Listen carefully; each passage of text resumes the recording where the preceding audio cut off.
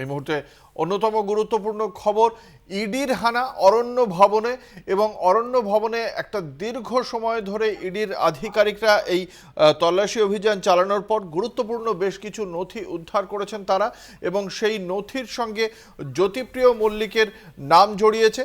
জ্যোতিপ্রিয় মল্লিক রাজ্যের মন্ত্রী, এই মুহূর্তে রেশন দুর্নীতির অভিযোগের প্রেক্ষিতে তিনি কারাবন্দী।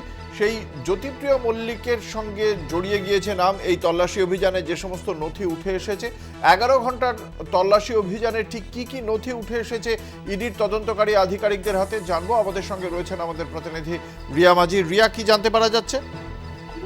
তোমায় জানিয়ে রাখবো যে অরণ্য ভবনে যে ম্যারাথন তল্লাশি চলেছে, এনফোর্সমেন্ট ডিরেক্টরের আধিকারিকরা গতকালকে 11 ঘন্টারও বেশি তল্লাশি অভিযান চালিয়েছেন এবং সেখান থেকে দাঁড়িয়ে এই রেশন দুর্নীতি কাণ্ডে মূলত এই জ্যোতিপ্রিয় মল্লিক, যিনি কিনা এই মুহূর্তে প্রেসিডেন্সি জেলে রয়েছেন, সেই জ্যোতিপ্রিয় মল্লিক মাফ করবে এসএসটিএম এ রয়েছে, যে কিনা ইডির কাস্টাডিতে। সেই জ্যোতিপ্রিয় মল্লিকের যে কেবিন রয়েছে অরণ্য ভবনে, সেই কেবিন থেকে 10 কোটি টাকার ফিক্সড ডিপোজিট এর যে ডকুমেন্ট, যেটা কিনা তার মেয়ে, স্ত্রী ও নাতির নামে রয়েছে, সেই ডকুমেন্ট উদ্ধার করেছে এবং এলআইসির একাধিক ডকুমেন্ট, দুটো দলিল উদ্ধার করা হয়েছে যেখানে কিনা অন্যের নাম রয়েছে এবং তদন্তকারী আধিকারিকরা মনে করছে যে বেনামি জমি কিনেছিল এবং তারই দলিল বলে মনে করছেন তদন্তকারী আধিকারিকরা। এবং একাধিক কোর্টের স্ট্যাম্প পেপার, সেই স্ট্যাম্প পেপারও কিন্তু একই সঙ্গে উদ্ধার হয়েছে।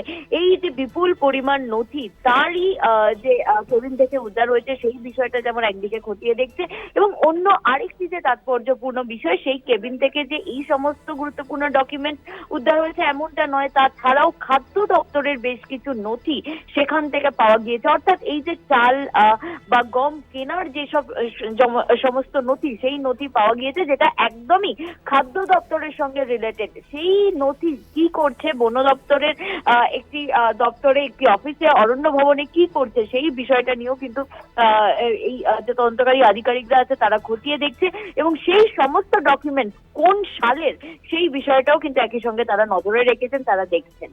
ধন্যবাদ। আমাদের সঙ্গে ছিলেন আমাদের প্রতিনিধি রিয়া মাঝি।